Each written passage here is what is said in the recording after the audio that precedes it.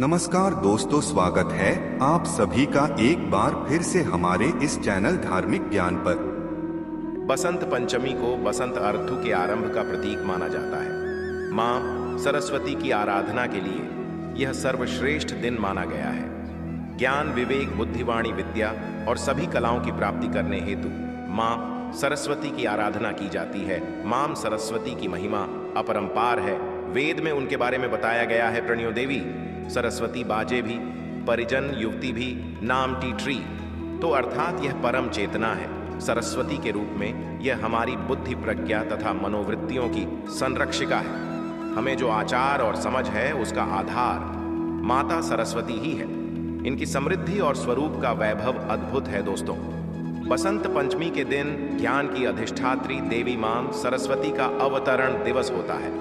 उपनिषद में उद्धृत कथा के अनुसार सृष्टि के प्रारंभिक काल में भगवान शिव की आज्ञा से भगवान ब्रह्मा ने मनुष्य आदि जीवों की रचना की, लेकिन अपनी रचना से खुश नहीं थे। उन्हें लगता था कि कहीं कुछ कमी रह गई है, जिसके कारण चारों ओर नीरवता छाई रहती, ध्वनि की कमी महसूस होती। इस समस्या के निवारण के लिए उन्होंने अपने कमंडल से जल अपनी हथेली में लेकर संकल्प स्वरूप उस जल को छिड़क कर भगवान श्री विष्णु की स्तुति करना शुरू कर दिया। इस स्तुति को सुनकर भगवान विष्णु तत्काल प्रकट हो गए और उनकी समस्या सुनकर विष्णु जी ने आदिशक्ति दुर्गा माता का आह्वान किया। विष्णु जी के द्वारा आवाहन पर मां भगवती दुर्गा तुरंत प्रकट हो गई। तब ब्रह्मा और विष्णु जी ने उन्हें इस कमी को दूर करने की विनती की। दोस्तों, आदिशक्ति दुर्गा माता मान गई और उनके शरीर से सप्तवर्णीय भारी तेज उत्पन्न हुआ। वो एक दिव्य चंद्रभुजा स्त्री के रूप में बदल गया। उनके एक हाथ में वीणा, दूसरे हाथ में वरमुद्रा थी, अन्य दोनों हाथों में पुस्तक और माला थी। उन्होंने वीणा के तार छेड़ है, उसकी मधुर गुंजन से संसार के समस्त जीव जंतुओं को वाणी प्राप्त हो गई। जलधारा में कोलाहल व्याप्त हो गया, हवा चलने से सरसराहट होने लगी, वेद मंत्र गूंजने लगे और तब देवताओं ने शब्द और रस का संचार कर देने वाली उस देवी को वाणी की अधिष्ठात्री देवी सरस्वती कहा। दोस्तों, फिर मां दुर्गा ने ब्रह्मा जी से कहा, मेरे तेज उत्पन्न हुई यह देवी सरस्वती आपकी पत्नी बनेंगी। जैसे लक्ष्मी विष्णु जी की, पार्वती शिव जी की, उसी प्रकार से सरस्वती देवी आपकी शक्ति होगी।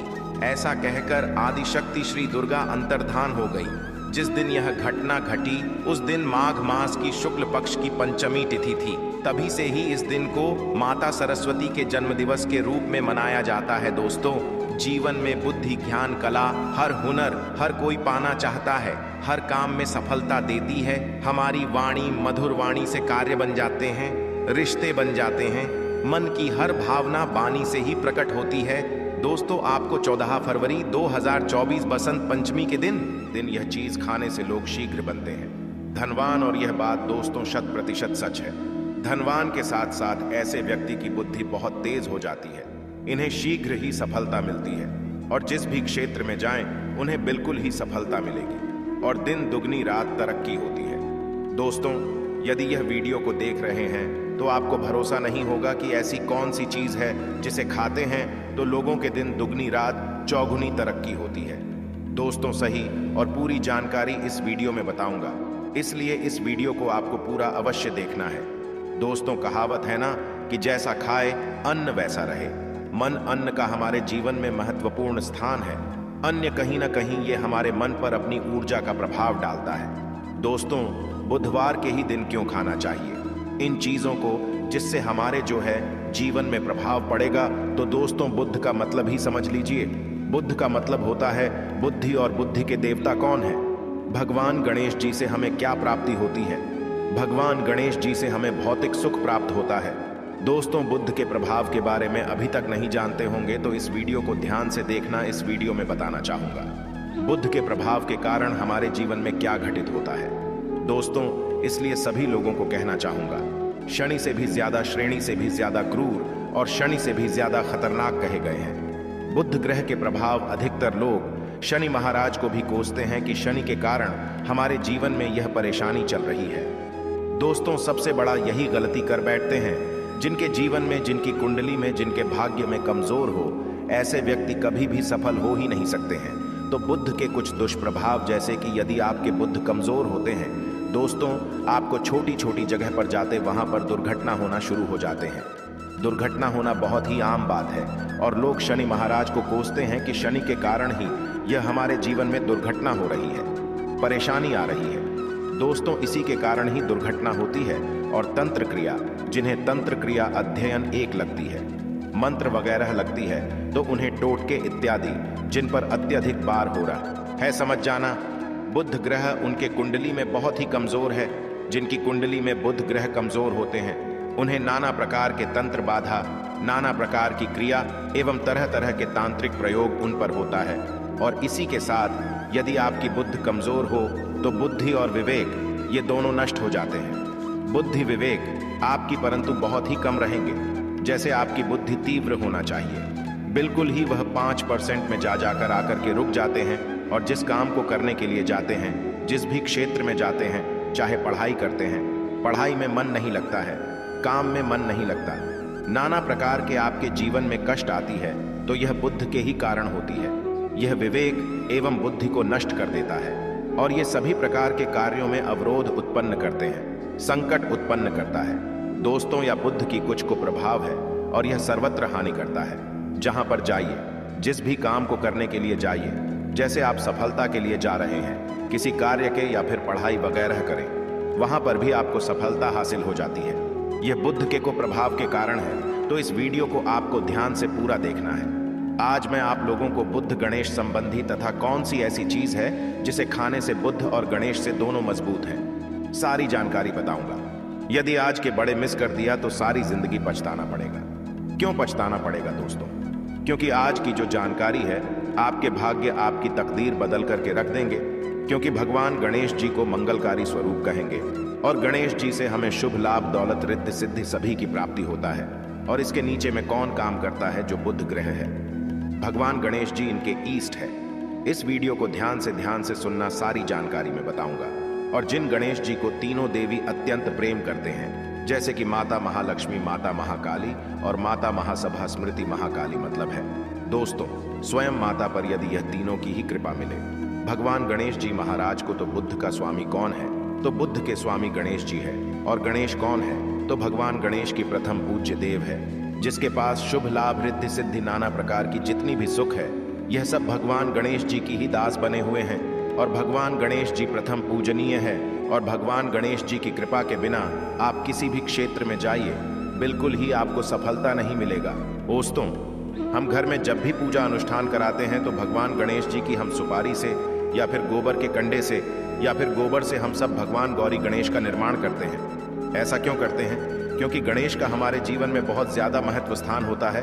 तो दोस्तों, बुद्ध ग्राहकों कैसे बलवान करें? यह प्रश्न आप सबके मन में आ रहा होगा कि बुद्ध ग्राहकों कैसे करें जिससे हम धनवान बने, गुणवान बने, जीवन में सभी प्रकार के भौतिक सुख की प्राप्ति हो और भगवान गणेश जी की भी कृपा हमें प्राप्त हो। जिन्हें भगवान जी की, गणेश जी की कृपा मिल जाती है, उन्हें माता पार्वती और भगवान भोले बाबा का स्वतः आशीर्वाद मिल जाते हैं। तो दोस्तों, बुद्ध को बलवान करने के लिए आप जो है स्वस्तिक पहल, कौन से स्वास्तिक पहना है? स्वस्तिक चांदी की होना चाहिए।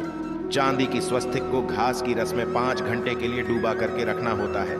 इसे चांदी की जो स्वास्तिक होती है वह जागृत होती है, अर्थात इसकी संस्कार होती है।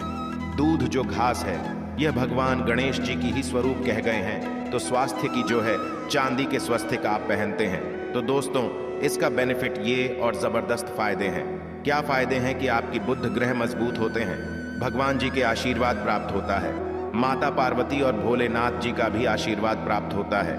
इसके पीछे कारण सुनी है तो चांदी की ही स्वस्तिक क्यों?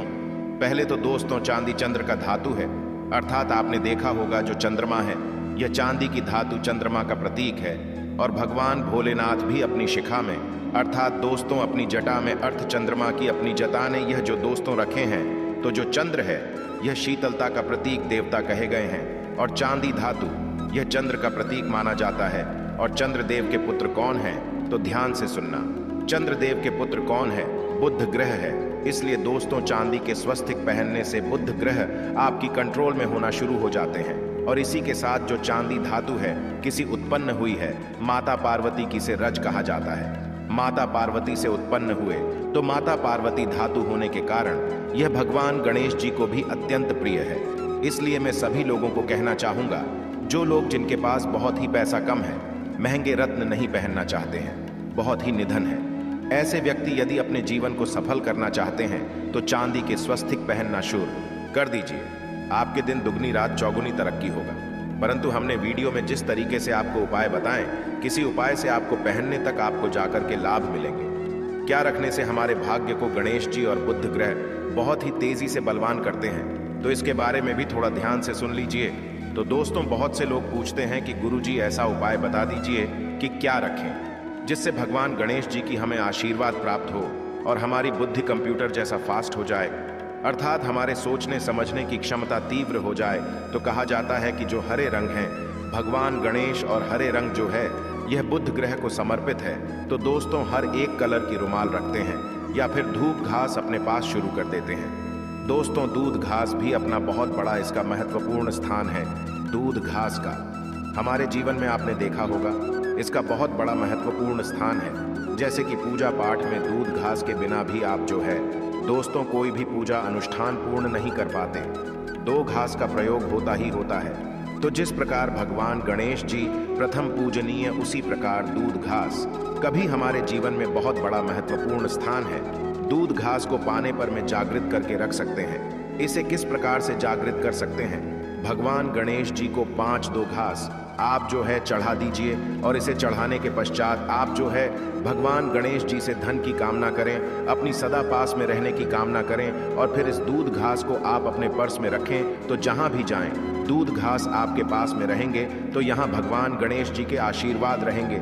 आप चाहें तो हरे रुमाल भी रख सकते हैं, क्योंकि जो अलग है, अलग अलग ग्रह है, यह अलग अलग कमरों की तरफ, अर्थात दोस्तों जो कलर है उनके तरफ आकर्षित होता है। तो जो बुध ग्रह है यहाँ हर एक कलर की तरफ शीघ्र आकर्षित होता है बुध ग्रह की।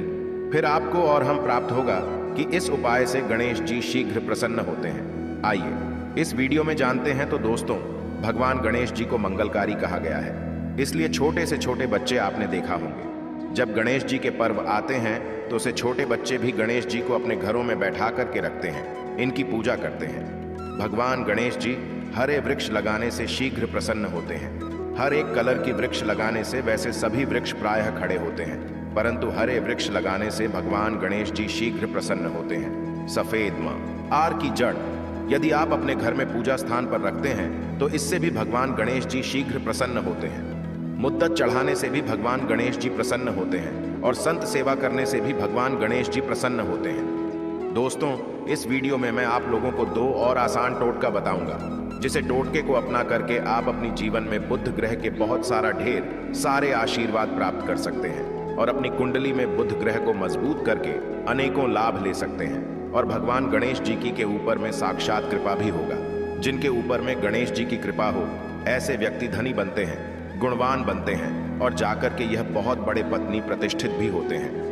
दोस्तों, हमारे वीडियो में बताए गए उपाय बहुत ही साधारण हैं, छोटे होते हैं, परंतु इनके प्रभाव रामबाण की तरह होता है। जिस प्रकार रामबाण चूक होता है दोस्तों, उसी प्रकार हम वीडियो में जो उपाय बताते हैं इसके प्रभाव अचूक होता है।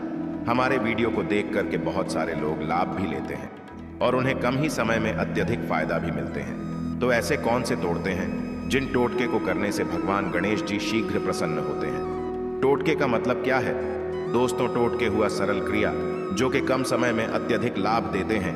तो यदि आप अपने पास में जागृत सुपारी अपने पास में रखना शुरू कर देते हैं तो इससे भगवान गणेश जी आपके ऊपर में हमेशा मेहरबान होते हैं। देखिए, जो सुपारी है से भगवान गणेश जी के स्वरूप माने जाते हैं, तो सुपारी को भी जागृत करना आपको आना चाहिए, तब आपको लाभ मिलेगा।